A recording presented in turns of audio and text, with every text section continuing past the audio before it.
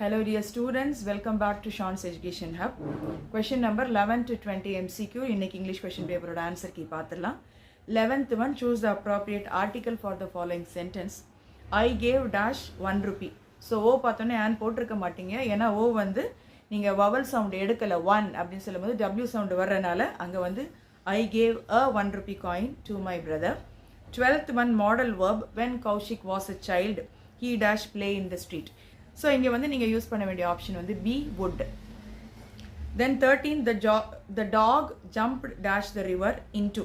So எப்பயுமே சொல்லியிருக்கேன், ஒரு மீடியம்லேருந்து இன்னொரு மீடியமுக்கு போகும்போது into யூஸ் பண்ணணும், ஆப்ஷன் ஏ.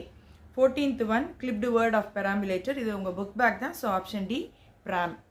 ஸோ குழந்தைய வச்சு தள்ளிட்டு போகிறத வந்து நம்ம pram ஜென்ரலாகவே நம்ம சொல்லுவோம். தென் 15th question, idiom alarm bells ringing ஓட மீனிங் வந்து sign of something going wrong, option B. Then 16th one, a person who treats the problems of the heart is a, இப்போ எல்லாரும் பேசுகிற ஒரு விஷயம், cardiologist, option C.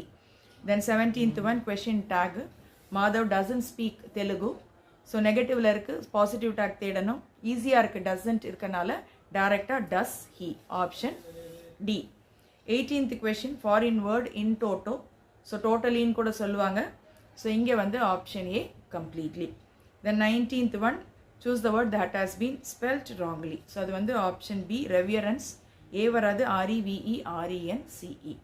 Then 20th question, correct determiner, Anand invited dash friends for his birthday party. என்னுடைய option வந்து நான் வந்து I would go with a few friends for his birthday party. அதாவது கொஞ்சம் பேரையாவது ஒரு பாசிட்டிவ் நோட்டில் கூப்பிட்டான் அப்படின்னு சொல்கிறதுக்கு நம்ம a few சொல்லுவோம். பட் இஃப் யூ யூஸ் ஃபியூன்றது வந்து நெகட்டிவ் சென்ஸ், அதாவது ஹார்ட்லி யாரையுமே கூப்பிட்டுக்கல, இல்லை கொஞ்சம் ரொம்ப கம்மி பேரை கூப்பிட்டான் அப்படின்னு யாரையுமே கூப்பிடலை, அந்த மாதிரி மீனிங் வர்றதுக்கு தான் ஃபியூ சொல்லுவோம். Let us wait for the government.